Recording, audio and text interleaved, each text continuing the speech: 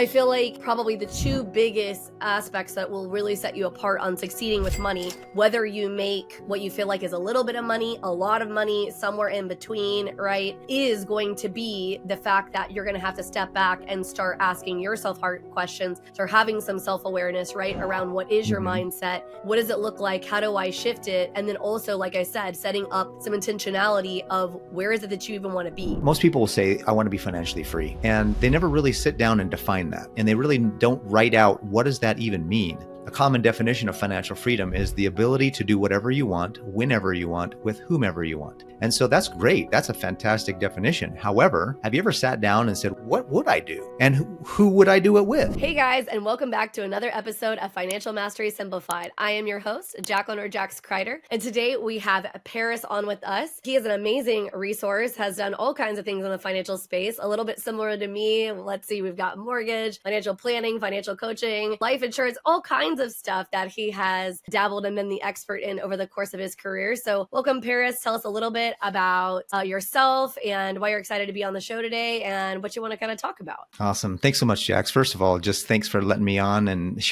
giving me an opportunity to share something that I'm passionate about. For sure. You know, they say today the leading cause of stress in the world is money. And another leading cause of a big problem in the world, in my opinion, is divorce. And they say money is a cause of that. Absolutely. I absolutely want to help correct that. I want to move the needle quite a bit if I can and help people understand how money really works. And my career started years ago. Actually, it was kind of funny. I was working in corporate America and I qualified for the 401k. And back in those days, I didn't even know how to spell 401, let alone like, what even is this thing, right? For sure. All I knew about money was that it was green and I wanted more of it. And so I was like, okay, I asked some of my coworkers as I qualified for the 401k, I said, hey, what did you do? What do you do? How should I do this? To me, it was an important decision. Like, who am I supposed to marry? Like, what house am I supposed to buy? Like, For sure. my retirement, they always tell you the earlier you start, the better. And so I was like, I better start doing this right. I want to do it right as soon as possible. None of my coworkers had any clue, you know, with all due respect. They were like, flip a coin, put it all in the company stock, just weird stuff. And I was like, I'm going to learn. I'm going to have to DIY this. You know? For So sure. I started reading books. As I shared with you before the show, Jax, I'm a voracious reader. I still continue that to this day. And I read probably, I don't know, maybe a dozen books in like 2 or 3 months. And I just cruised through these books. And I finally felt confident what I should do with my money. And I made the choices. And then a coworker comes to me and says, Paris, I see you reading all these books. I really don't know what I'm doing. Would you mind helping me make the right choice? And I said, well, I'm not a professional. I just read a couple of books. I barely know what I'm doing myself. I just learned how to spell 401k. You know, I know a little bit more about money than I did before, you know, compound interest and all kinds of fun investing stuff. And I decided, all right, I'll help you. So I shared with her what I had done. Now, what was interesting is she was quite a bit older than me. And I figured, you know, with the experience in life, she'd probably worked at other places. She should know some of the basics or the stuff that I learned. And she had no idea about some of the stuff. And I was like, you mean you didn't? Like, wow, I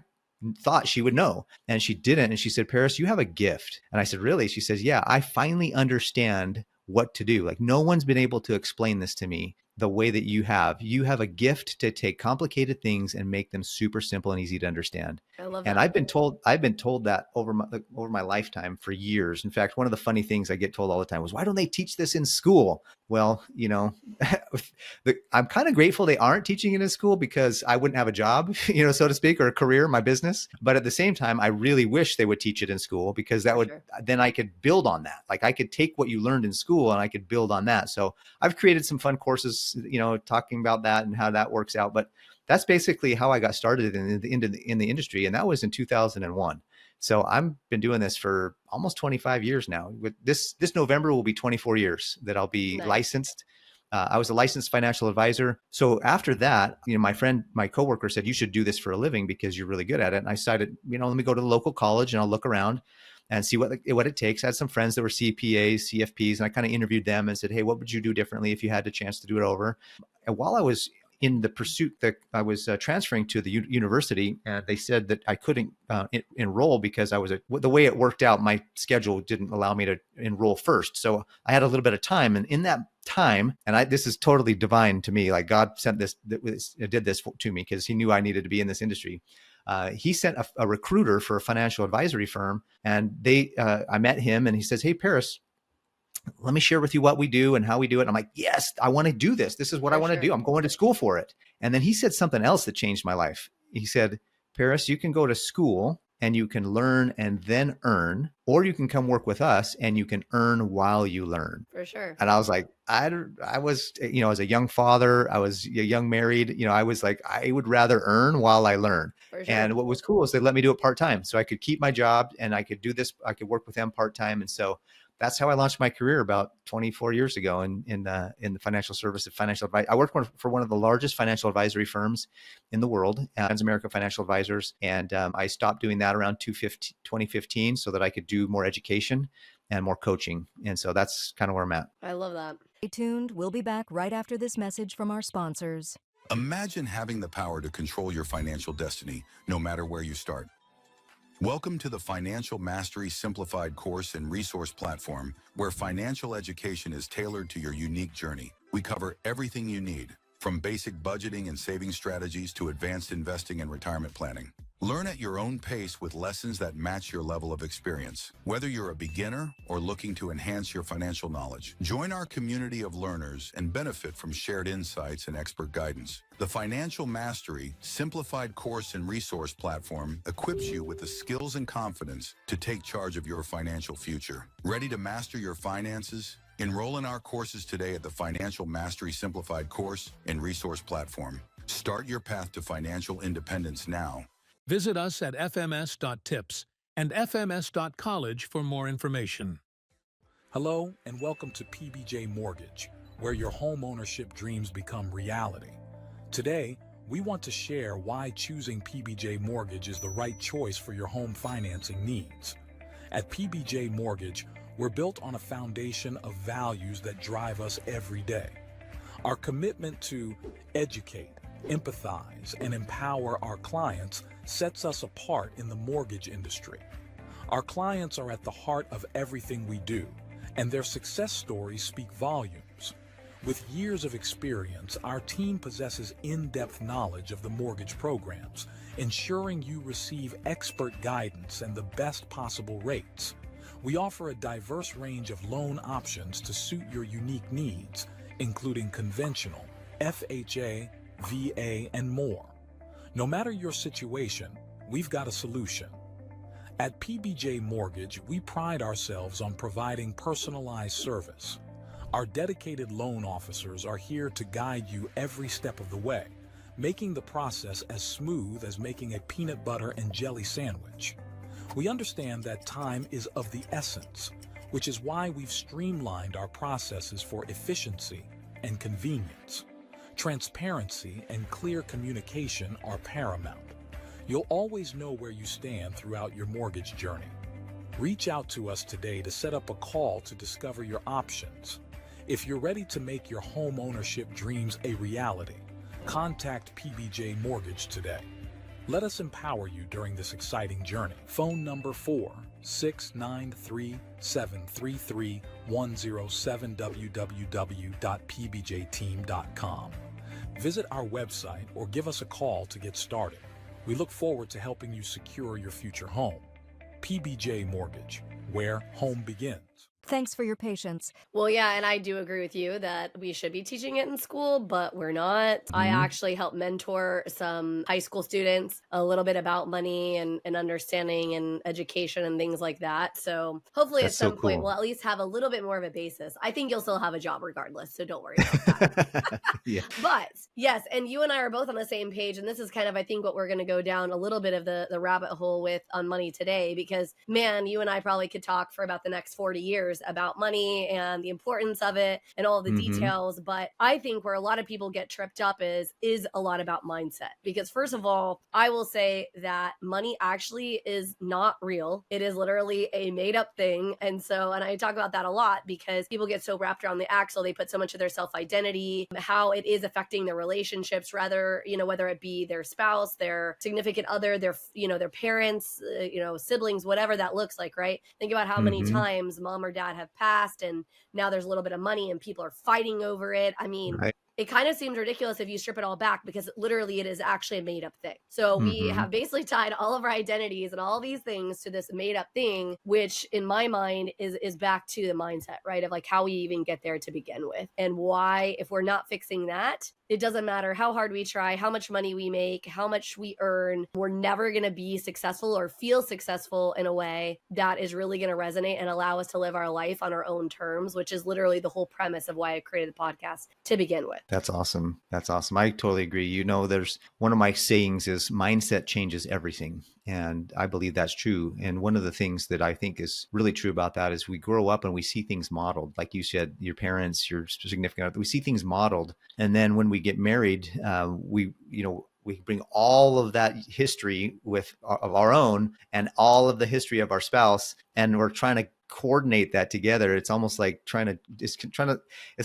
have two galaxies merge without having some kind of planetary, combustion, so For sure. it's pretty wild that how much mindset really goes into our belief that we can actually, one, make the money that we need to make, and then two, believe that we can actually be wealthier than we are, have the ability to manage the money. So that's a great point. Well, and let's be real. The other problem is that, at least in my opinion, is that we have a lot of people that are preying on what they know our mindsets are around money, right? Like the scarcity, the kind of FOMO, the YOLO kind of concepts, right? And so when, these advertisers are playing on that emotion and that mindset piece that is existing behind the scenes, and that's how they're getting you to then overspend or make decisions that maybe aren't really truly aligned with where you actually want to be, which is the other reason that I talk a lot about on the podcast about intention. And that if you don't have an idea of where you want to be, where you want to go, what you're looking to do, you're never going to be able to shift not only just the mindset, but be able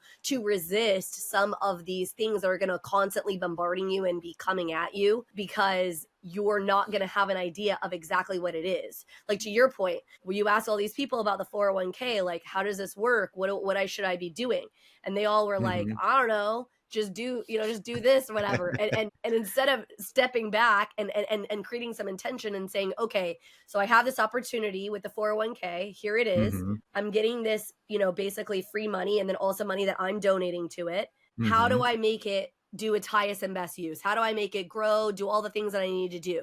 I don't necessarily maybe have the money to have somebody have the services, right, to help me make these decisions. So what is something that is low cost that I can figure out? Well, you figured it out, right? Book. You read, you figured out what that looked like, and you started making intentional decisions to march yourself down that path. You're not going to do that unless you have an idea of like, okay, where is it that I want to even go? Yeah. If you're not intentional with your money, you will give it to people who are. Correct. And so I agree 100%. That's legit. And one of the things too that not a lot of people realize is that marketing departments of these corporations, they're highly trained.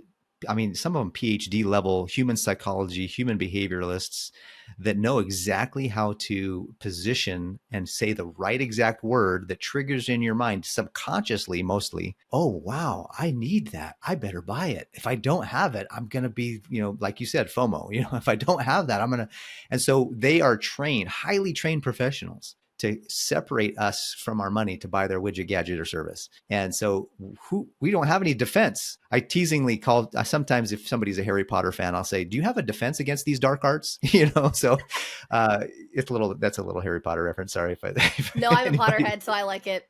My girls and I are always like, yeah, they're big time Potter people. But yes, so I agree. It's just, I feel like probably the two biggest aspects that will really set you apart on succeeding with money, whether you make what you feel like is a little bit of money, a lot of money, somewhere in between, right, is going to be the fact that you're going to have to step back and start asking yourself hard questions, start having some self-awareness, right, around what is your mindset, what does it look like, how do I shift it, and then also, like I said, setting up some intentionality of where is it that you even want to be, and not what society told you or your parents told you or whatever, but what do you, and if you have a spouse or significant other, what does that look like for y'all? Where do you want to go?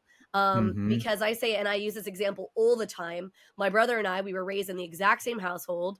right? Same parents, same Mm-hmm. everything. And we have very different trajectories of where we want to go with life. And there's absolutely nothing wrong with what my brother wants to do and what he is positioning himself for his life. And there's absolutely nothing wrong with what I'm looking to do and positioning myself, right? They're just Mm-hmm. different paths, and there's nothing wrong with that. Mm-mm. Most people will say, I want to be financially free. And they never really sit down and define that. And they really don't write out, what does that even mean? A common definition of financial freedom is the ability to do whatever you want, whenever you want, with whomever you want. And so that's great. That's a fantastic definition. However, have you ever sat down and said, what would I do? And who would I do it with? And For sure. when would I do it? And write it down, especially as a couple. If you're going to be in a situation where you're going to have a partner for the rest of your life, you've got to communicate.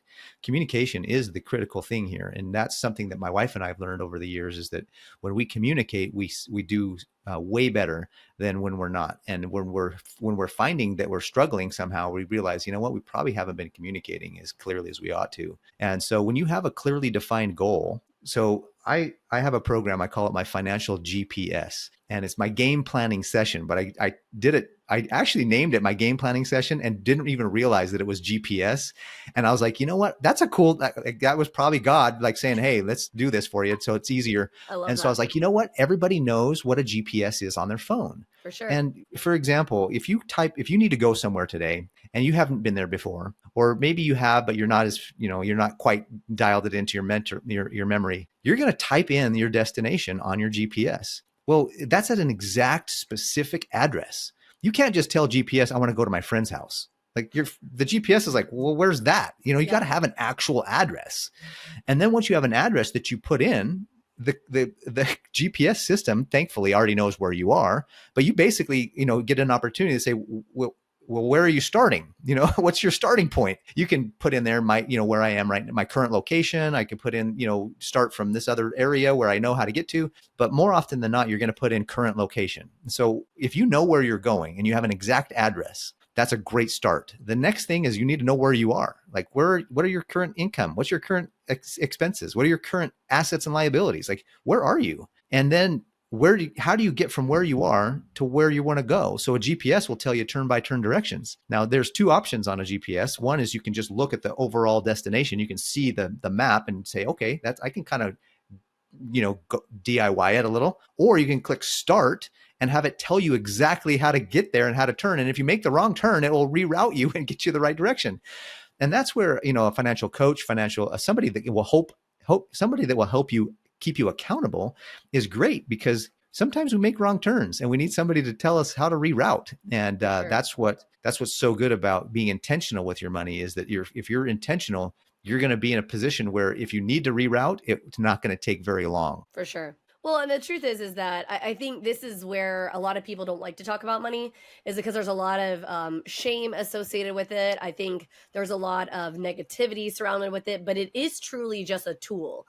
And I talk a lot about nervous system in a lot of the programs that I do, and a lot of the mindset piece. And a lot of people don't realize that you have a piece of your brain called a RAS, reticular activating system. And basically what it is it's scanning and it's looking. And we actually are programmed for our RAS to look for danger, to look for pitfalls, to look for negative type things. If you want your RAS looking for money, if you want it to be looking for a lot of these intentional things, right? Looking for this path that you're trying to set yourself down on a financial success, you have to tell it what to look for. It is not going to just magically know, like, oh, Paris wants to do X. Like, it's not going to figure that out on its own, right? Like, you have to tell it, like, this is what we're looking for. This is where we're heading. This is what we want to do. And unless you're shifting that mindset, that intentionality, that purpose in your head, it's not going to find what you're looking for, right? And yes, you might find some financial success, because to your point in our conversation before the show started, there's a lot of people who are great earners, right? And so you might be a great earner, so you might be able to earn a lot of money. But if you're not doing anything with it, if you're not being intentional with it, if you don't have a clue of to your point, your GPS, where it's directing you, it's just going to end up all going any which way. To like your point, somebody who has an intentional thought with where that money is going to end up. Yeah. And even back to the analogy of the GPS, you can be traveling along the road and you're going to have alternate routes. Like 1 minute slower, 10 minutes slower. You're going to have all these options. For sure. Well, they're distractions. They're totally distractions. Like what you were saying earlier about these distractions that come, the temptations, if you will, that will try to get you to spend your money. Oh, look at this shiny object over here. It's like that old joke about, when the dog sees a squirrel, woo, it's off to chase it. So how many times are we affected mentally and emotionally by shiny object syndrome, or that proverbial squirrel that comes across our desk? One of the things too that I see a lot of people do is that they feel, because of the shame they have around money and the guilt they have around money, they make decisions from that point, from that place in their life. And when you make decisions from shame, guilt, or resentment, it's invariably going to be laced with some of the wrong things. And so, if you know that you are behind the eight ball, like maybe you're in your 40s or 50s and you're like, shoot, I should be, at a $500,000 net worth by now. I should be this. You have all this fear and shame about, man, I'm 40 or 50 and I don't even have, 200, I don't even have a positive net worth, let alone a net worth. You know what I mean? For sure. And so if you have all those situations, you're going to make way more risky decisions than you should. You're going to say, you know what, I need to catch up. I need to go, buy the crypto, or I need to go buy the, this opportunity came across my desk to go invest in this crazy, whatever. And you're going to make decisions that aren't sound. And that's something that I really want to help people do. Look, the best time to invest, clearly, the best time to invest was 20 years ago. The next best time is today. So whether you're quote unquote behind the eight ball or you're late to the game, don't do crazy stuff to try to catch up. Build a strong foundation of good habits, good behaviors, good beliefs around money that are empowering, that are going to bring you value in your life. And then once you have a strong foundation of, hey, I'm going to make it, then if you want to go do speculative things, with extra money that we've found, let's do it. But you're absolutely right. The biggest thing people need to realize is that we're all clueless. Like we're all doing our best. Like just that's correct. Take a deep breath, and if somebody's richer than you, so to speak, in one area of their life, that doesn't mean they're richer than you in all areas of your life. For So sure. don't be comparing yourself to their strength to your weakness, or their weakness to your strength. Like let's just move forward and try to elevate. A rising tide rises all ships. And my belief is that money doesn't make you, it reveals you, and then it 100%. magnifies you. I was And gonna say, so, all it does is amplify whatever you have going on. Like, truthfully. if you're a jerk, and you have a ton of money, you're going to just be a bigger jerk.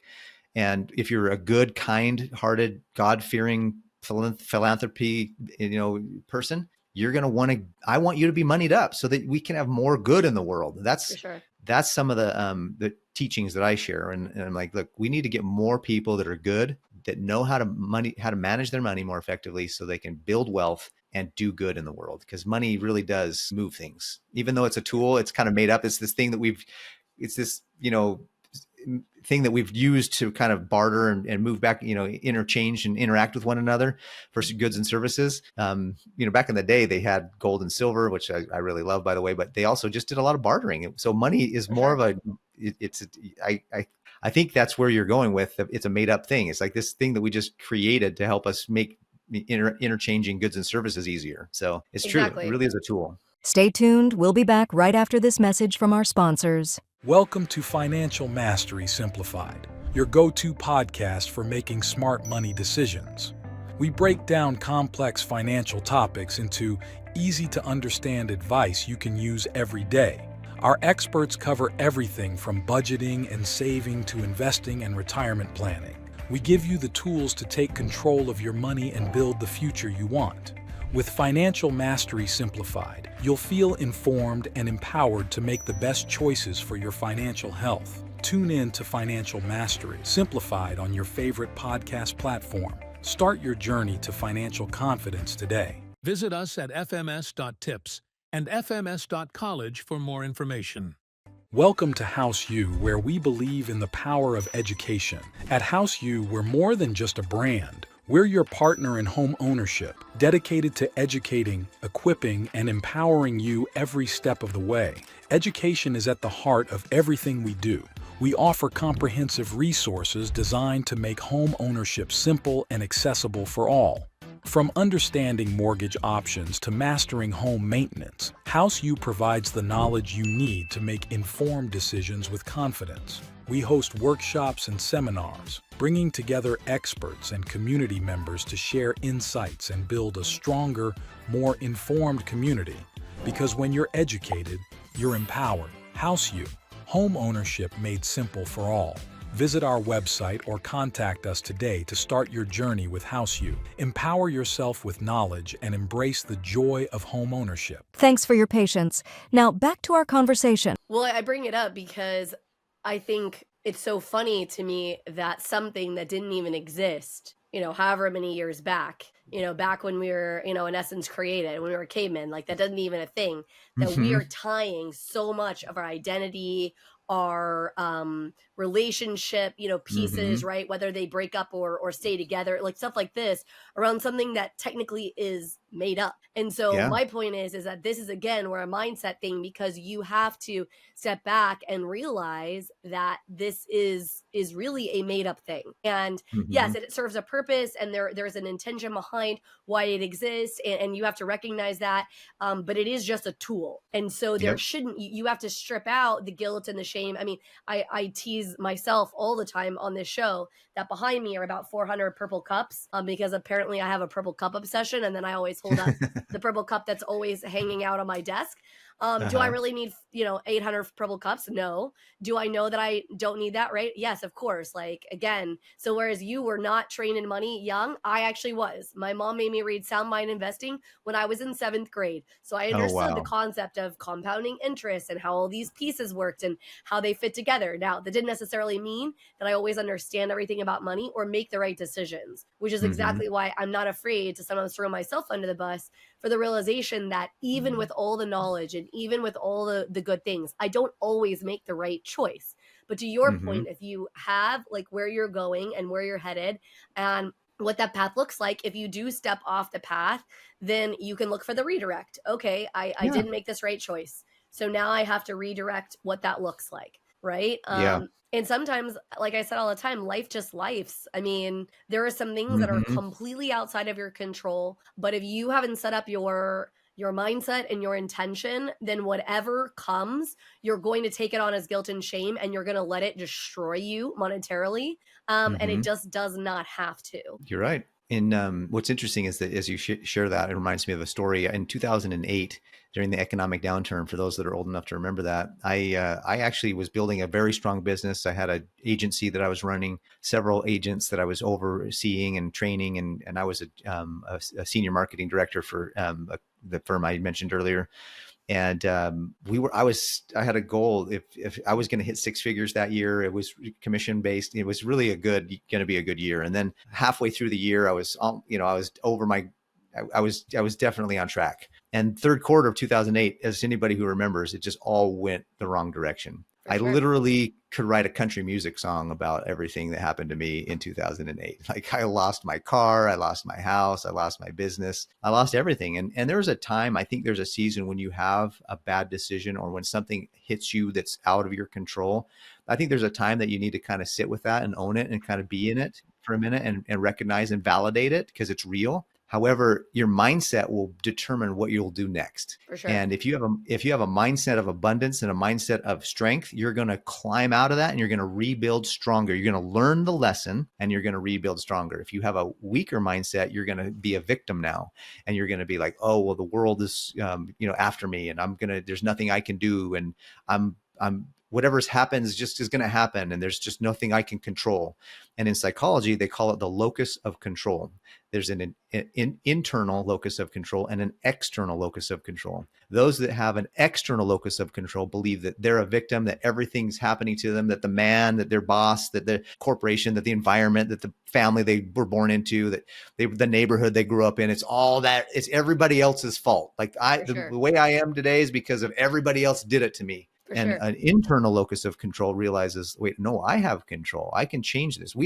There's so many amazing stories of people that have bootstrapped out of some of the most ridiculous ghetto, in just horrible neighborhoods, environments, families, abuse, just everything that have come up and created wonderful, amazing, inspiring lives that inspire so many of us. And so that's all genuinely, that's all a mindset. And like you said earlier, actually, Jax, something that was really powerful is that when your mind is problem oriented, you're going to find problems, and you're going to attract problems to you. You're going to attract that victimhood to you. You're going to have resentments. You're going to have fears, and that's going to run and rule your life. But if you're a solution oriented person, you have a solutions mindset. That's basically the locus of control. It's just a different way of saying it.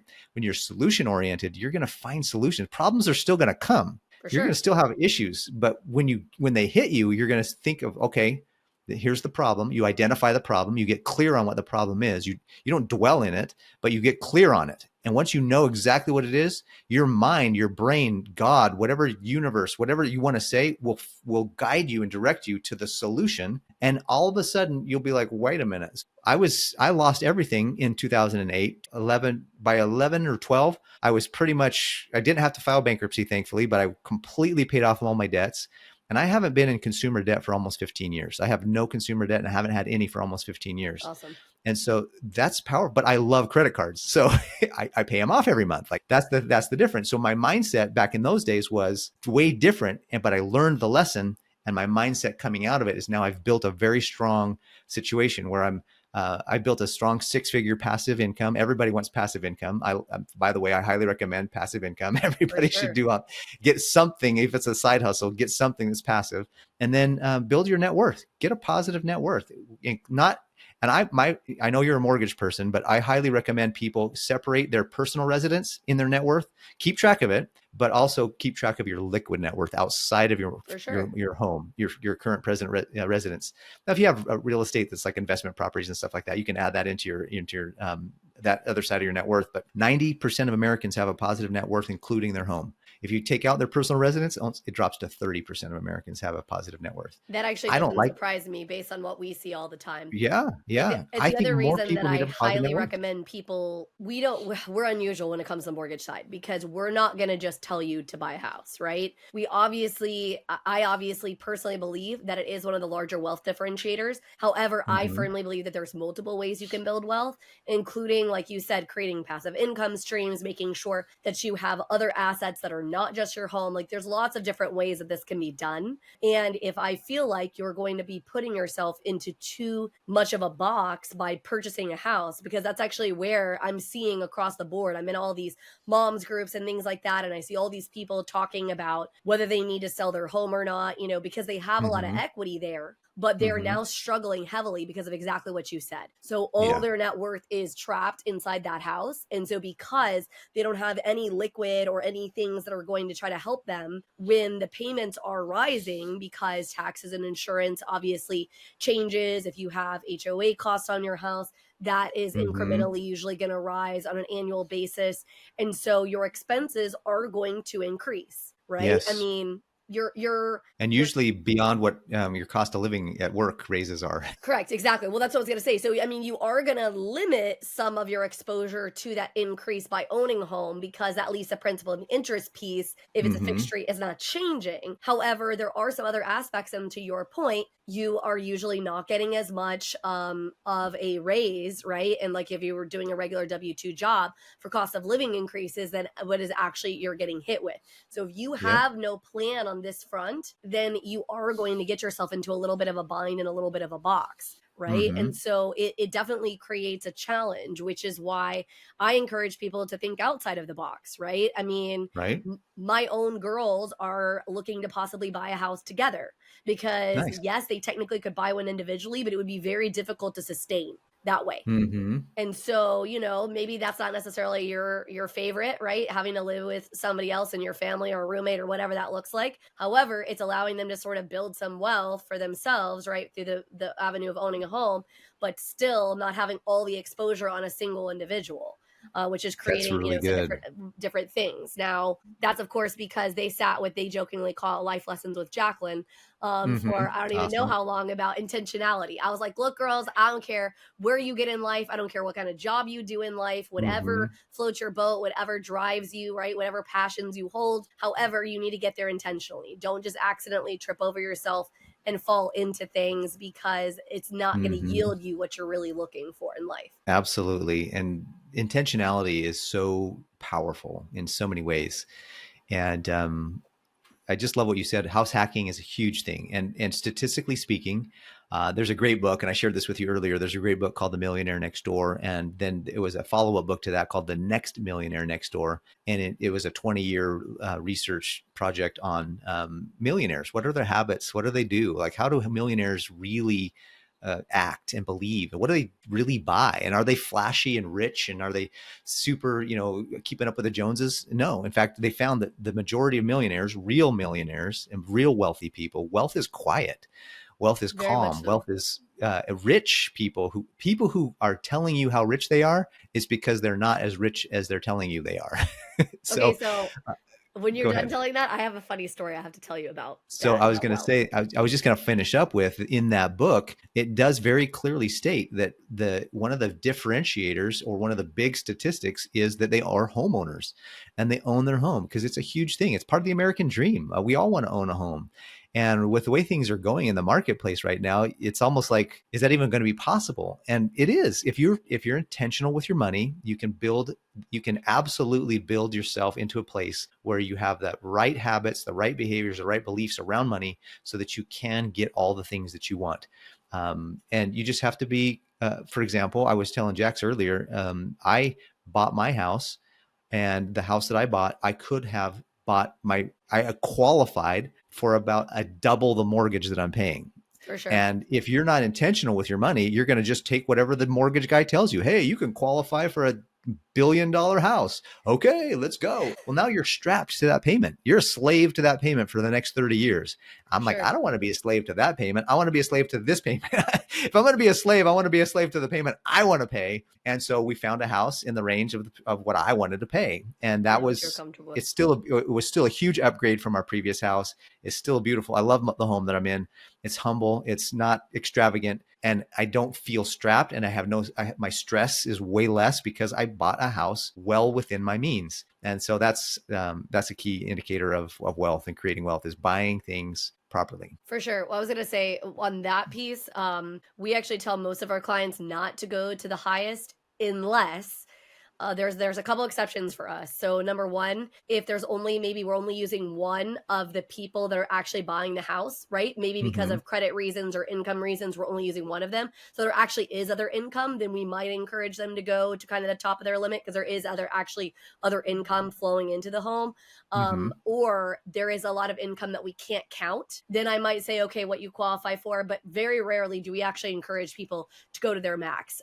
It's usually a Great. recipe That's for awesome. disaster and not setting them up for 100%. success. So as mortgage people, we think that that's not really a great idea. Not to say that you're not able to make whatever decision you want to make. We're just going to advise you that, hey, you need to really look at the big picture and make sure that you really are comfortable, that you really have a good base behind you to be able to support that. Because if you Yeah. don't, it is going to do exactly what you said. It's going to handcuff you and make you feel just overwhelmed, just miserable all the time. And it's not a good place for you to be at all.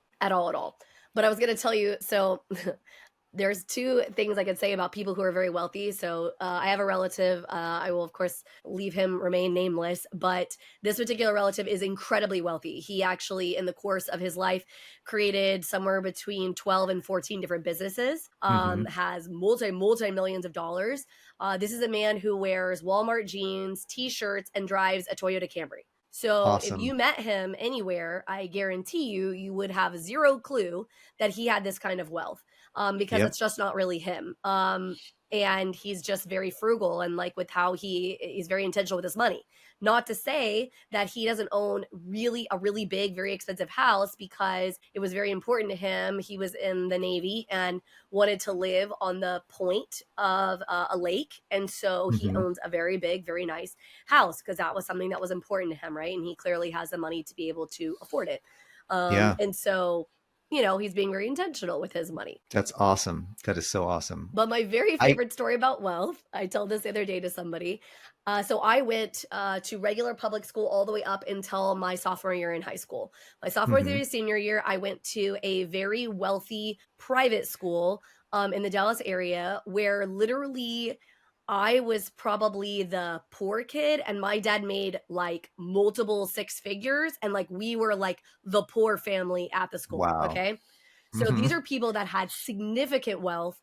They a lot of times it was generational wealth. So it was coming Uh-huh. from grandma, great grandma, like all the way down, right? Like lots and lots Yeah. of wealth. And we were at an event. I can't remember. I think it was like a homecoming or something like that. And we're in one of these people's house. And my mom is interior design, so I tend to recognize home decor or things like this because of my Uh-huh. upbringing. And at the very end of a nondescript hallway, there was like a curio cabinet, like, like a little Mhm. cabinet, and it had these really beautiful things in it. And I couldn't quite figure out what they were. They kind of look like bracelets, but I was like, I don't know if that's a bracelet. Like, I'm not really sure what that is. And so I asked the mom, I said, hey, there's a cabinet at the end of the hallway. It has these very beautiful things in it. What are they? And she said, super casually, like it was the most normal thing on the planet. She said, Mhm. oh, those are baby crowns. I said, excuse me? She said, baby crowns. I said, like royalty, like crowns? She said, yes. And I'm like, oh, okay. Like that was the most Wow. normal thing to collect on the planet. So real Wow. wealth, like it's a very different attitude, right? Because Uh-huh. she wasn't having them displayed in the front hallway of her house. Like you walked in and like, here are the baby crowns, right? This is just Yeah. something that was something their family enjoyed, they liked, they had it at the end of the hallway. You know what I mean? Mhm. Mhm. If That's that is the awesome. way that you can handle certain things, then you know that you have true wealth. But That's whenever so I think cool. about how people with wealth think differently, I think of that story because again, my reaction was like, excuse me, Wha what? Yeah, like you have royalty crowns, a collection, not just one, but a collection? That's Oh, crazy. That's there so was cool. probably 10 or 12 of them, like not just one or Wow. two. There was a lot of these Wow. baby crowns. That is wild. Yeah, there's so much misconception around wealth. Most people think that you got to be a jerk, you got to walked on somebody, stepped on somebody. And yeah, there's those out there, 100%. And there's, everybody looks on Instagram, social media, they think, oh, well, wealth is having these, Bugattis and all this other stuff. And sure, there's those are people that are out there that have that, and that's fine. But really, the vast majority of millionaires are, one, they're self-made. So that usually means that they did it in their own generation. So a lot of For people think, sure. well, no, they must have got it from their mom and dad and the others, which, there are people out there because you went to school with a lot of them. Most millionaires, 80, 90, almost 90% of millionaires are actually self-made first generation millionaires right now. It's And so awesome. that means that it's possible. That's For sure. possible for you. So going back to the mindset, like once you know some of the rules around money, you're like, wait a minute, you mean I could actually do this? Because there's two ways to look at it. You can say, well, if they're doing it, it's a zero. If you have a zero sum attitude, it's like, well, if they're doing it, I can't because they're taking it all. Well, that's one way to look at it. Or you can say, well, they're doing it, and if they're doing it, so can I. And that's my mentality is I want to be so simple and so transparent with people that they're like, wow, if that Paris guy can do this, boy, can I really do it? I want to be so simple and like Yeah. that people just look at me and they're like, wow, if he can do it, I can definitely do it. And that's, to me, that's the real mindset is like, you have to realize that. And another thing I want to help redefine in the world today is the word frugal. Frugal does not mean cheap. It doesn't mean a Agreed. miser. It just means you buy from value. And one of the things that I do and that I teach people is like, look, if you really want to buy something, because we're so prone to that impulse buy, right? We see the deal on the shelf.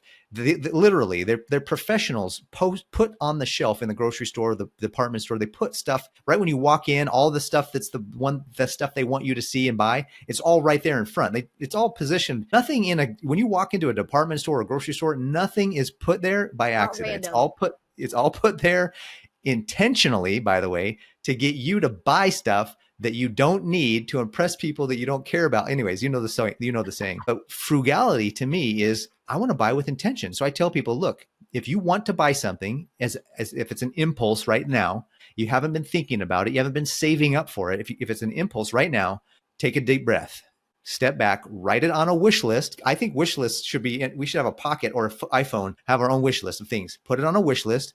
give it a couple of days to cool off, and then if you still want it, or maybe, and I would say save up for it. For sure. Put money aside every month until you have the money to pay for it, and then really find out then you'll know for sure if you really need it, or if you really something that you want, or if it was just something that was a shiny object that day.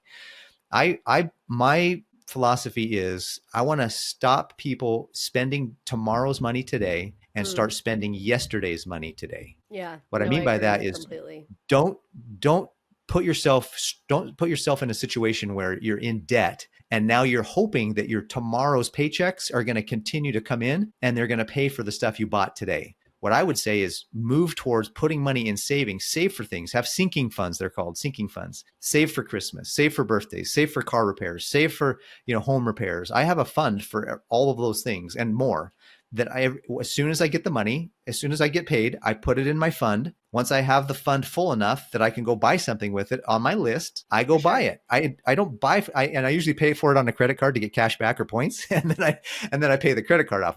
By the way, do not try this at home. I'm a highly trained professional. I was going to say, unless your mindset is in the right place and you're unless you're willing to pay it off every month. In a good place. Absolutely. And once if Americans would do that, and there's a big push right now. I don't know politically what anybody thinks, but whatever you think politically, I do believe that we should build a stronger America. We should make America great again. All those things. If we can disassociate the political parties from those messages, I think those messages are still good. And in order to make America great, we need to have Americans that are great. And to be great is we need to be less stressed out. We need to be less fighting with one another about all these things. When you live within your means and you have savings, life is totally different. And it's worth it. It's worth it. And before we wrap up, I do want to make one last thing that I think for me personally made a huge shift. A lot of times mindset is going to come from who you are spending time with, right? Who are you surrounding yourself with? Because for me, understanding that wealth was something that was super obtainable, that was something that absolutely could be a part of my DNA and a part of my future, was being around people that had it, being around and shaping and talking to them and seeing what their philosophies were and how they related to it and things like this, because then you start realizing. But if you always are going to place yourself around the same people, the same kind of crappy mindset that has always been, like you said, victim mentality, oh, I can't achieve this, oh, I can't do this, or whatever, the world is against me and things like that or whatever, right? Then it's never going to shift. It's never going to change. It's never going to get better, because it's just going to be the same crap in, crap out situation, and it's never going to transform. If you want true transformation, you have to get not only lightning clear about what it is you want and being intentional, right? But if you're going to shift that mindset, you really do need to consider the people that you are putting yourself around with.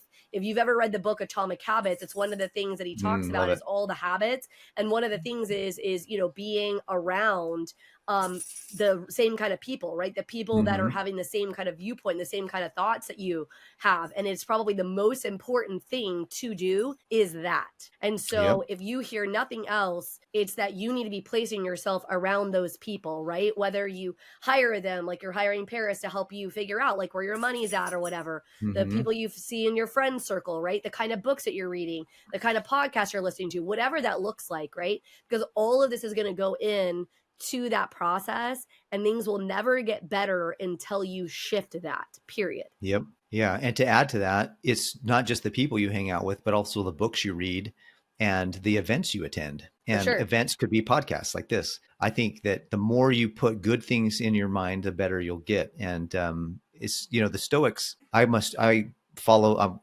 Stoicism a little bit. And they say that, life is going to be a struggle. There's going to be struggles. Like if Mother Nature's not going to kill you, your neighbor might, right? So we're always in this struggle of survival, However, the Stoics also believe that God has given us all of the resources necessary to be able to conquer it and to be able to survive and thrive through it.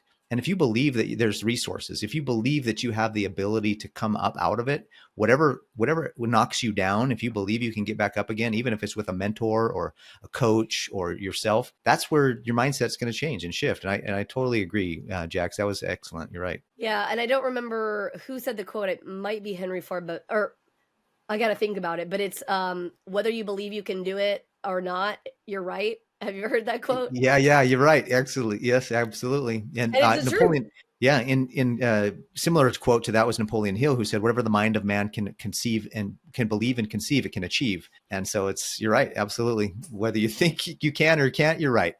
I love Well, that. well, this has been an amazing podcast, and thank you, Paris, so much for coming on. We'll definitely have to have you on again. And I do think that you have a free offer to offer the listener. So kind of tell them a little bit about what that is and where to find it. And we'll make sure obviously to include it in the show notes as well. Absolutely. And thank you for letting me do that. Because Oh, sure. I'm on all the socials. I do have a YouTube channel. You can just look me up at Paris Clough. My website is parisclough.com. And if you type in parisclough.com/free book, you'll get my free book. And this is an ebook. It's an actionable book. It's a strategy that I used that I learned, almost 20 years ago now. When I first got started in the business as a financial advisor, I was a financial advisor for 15 years, and now I've turned to financial coaching and education. But when I would call on people and say, "Hey, you need to let me help you change your money. Let me help you, invest in your future. Let me help you get your retirement squared away," and invariably, I would get the common objection was, "I just don't have any money. I'm too far in debt. My expenses are too high, inflation, whatever was going on.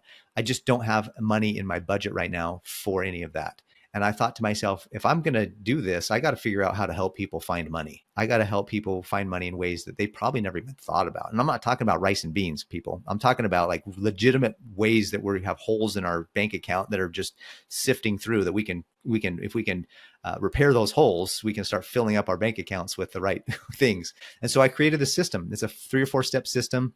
And my ebook goes through exactly how to help you find money. On average, most people find around $300 a month. Awesome. And I don't know if this statistic is anymore true, but years ago when I first found the strategy, $300 a month would help almost most bankruptcies actually would be avoided if the people could just find another $300 a month. And I've had people find $700 or $800 a month through this process. So it's a real thing. There's an upgrade option there for a video for those of you who want to learn maybe audio or visually. I do have a video. It's got workbooks. It's got a little more. It's got more information than the ebook does. But the ebook is actionable. If you take action, if you read it, if you do the things that are in there, you will probably save several $100s a month in your budget, and not eating beans and rice. That's awesome. I love that. That is so powerful. And thank you so much again for being our guest. It has been fabulous. Hopefully this episode of Financial Mastery Simplified helped you. And please definitely reach out to myself, Paris, get those free resources, get things that can help you level up. Literally, you can live your life within your, on your terms if you are just being intentional, shifting your mindset, and just like I said, furthering those goals and those thoughts. So again, thank you so much, Paris, for being a part of the show. And we'll see you again next week, guys. Thank you.